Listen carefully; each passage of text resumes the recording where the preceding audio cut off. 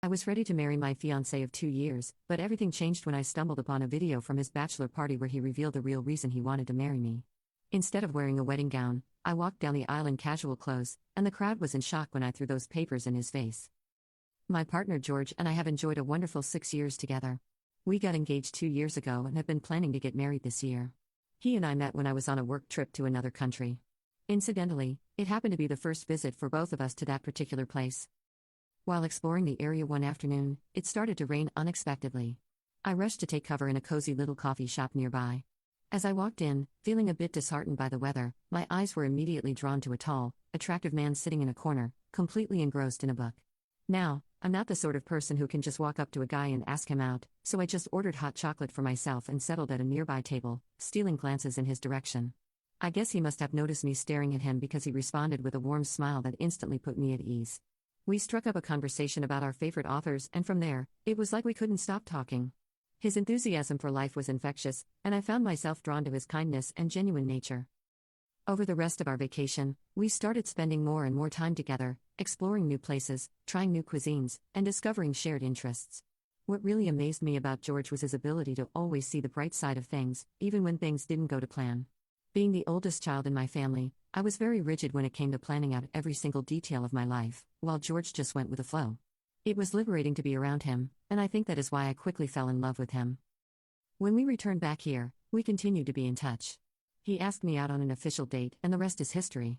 He has this incredible sense of humor that never fails to make me laugh, even on the toughest days, and his support for my dreams and aspirations has always been unwavering. George has been very open with me about his family's challenging history. He shared very early on that his father was abusive and left him and his mother with very little money when he was just a baby. His mother, Caroline, had to take on various odd jobs to make ends meet. She single-handedly had to cover rent, George's education, and put food on the table, which must have been horrible for her to handle everything alone. George even recounted once a particularly distressing memory where his mother had resorted to such desperate measures for money that she had started to sleep with men in their neighborhood to earn some extra cash. Unfortunately, this led to a dangerous situation when she was caught by some of these men's wives. They beat her severely in front of George and threatened her with even worse consequences if she ever repeated her actions and slept with their husbands. George vividly remembers the trauma and humiliation from that incident, and it's something that he has told me has deeply affected him. This is why he has worked so hard all his life to provide for his mother. Although I don't blame his mother, I have always felt bad for my fiancé. He had to grow up too soon and did not even get to enjoy his childhood properly. Hence, I've always made it a priority to give George experiences and gifts that he missed out on before, whether it's asking him to the opera or Disneyland or surprising him with expensive Star Wars collectibles and an Xbox, things he's always wanted. I've spared no expense to fulfill his dreams. I'm fortunate to afford these luxuries not only because of my well-paid job but also because I come from a comfortable background with a home in my name and no rent to worry about. My parents are wealthy and have given me and my younger brother everything that we have ever wanted. George is such a wonderful man, so I've never hesitated to spend my money on him, and seeing him happy and experiencing things he never had the chance to do before is incredibly rewarding. When we go on vacations, I cover all the expenses because I know he wouldn't be able to afford the luxurious 5-star resorts that I prefer. On our birthdays, I've never pressured him to buy me expensive gifts. I cherish meaningful gestures like hand-drawn cards or heartfelt letters. I've always had open conversations with George about my spending on him, making sure he's comfortable with it. Thankfully, he has never raised any concerns and understands where I'm coming from. Our relationship is built on mutual respect and understanding, and it brings me joy to see him happy and content with me.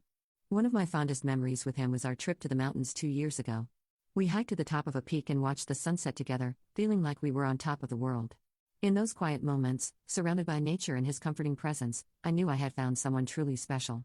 Just as I was lost in the tranquility of the moment, George surprised me in the most heartwarming way possible. He knelt down before me and pulled out a small velvet box. My heart skipped a beat as I realized what was happening.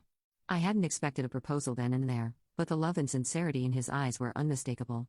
Inside the box was a ring that sparkled in the fading light, a ring he had been quietly saving up for to mark this very moment.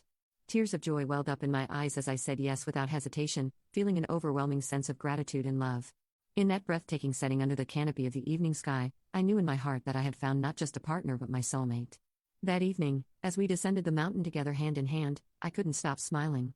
It is a memory etched into my heart forever. When we started planning our future together, I felt incredibly lucky to have George by my side. He wasn't just my fiancé, he was my best friend and my confidant. My parents love him as much as I do. However, the only person who seems to have a problem with us is his mother. Dealing with George's mother has been a challenge for me. Despite meeting her several times, she has never really warmed up to me. It's not that I sense jealousy or resentment, which might be more typical in future mothers in law. Instead, she seems to regard me with pity, almost as if she finds me distasteful. I try to initiate conversations with her about this, hoping to understand her perspective or address any concerns she might have, but she remains silent and ignores me until I eventually walk away. It's perplexing and hurtful because I genuinely want to build a positive relationship with her for George's sake. Navigating this dynamic has been tough, especially when I see how much George values family. I've learned to approach interactions with her cautiously, hoping that with time and effort, we can bridge whatever divide seems to exist between us. George's mother has a peculiar reaction whenever he shows affection towards me in her presence. She visibly recoils in disgust. It's an uncomfortable situation for both of us, so we've learned not to display any sign of affection when she's around. It's a bit odd, but we respect her boundaries nonetheless. I remember the first time George dragged me to have Christmas dinner with his mother. It was just the three of us, and she hardly spoke to me throughout the evening, which made for a rather awkward experience. As we sat at the table, she and George chewed their food loudly while I found myself trying to make small talk to fill the silence. Despite my efforts, the atmosphere remained tense and awkward. I did not enjoy the evening at all. Since my family goes all out to celebrate the holidays, we gather with extended family, exchange gifts, and enjoy festive meals together, a tradition I've always cherished from my childhood. The next year, I remember discussing with George the idea of him joining me for our Christmas celebration with my family instead of going to his mother's, but he firmly told me that he was not going to ditch his mother. I respected his decision and didn't push the matter further. It was important to him, and I understood his desire to be with his mother during the holidays.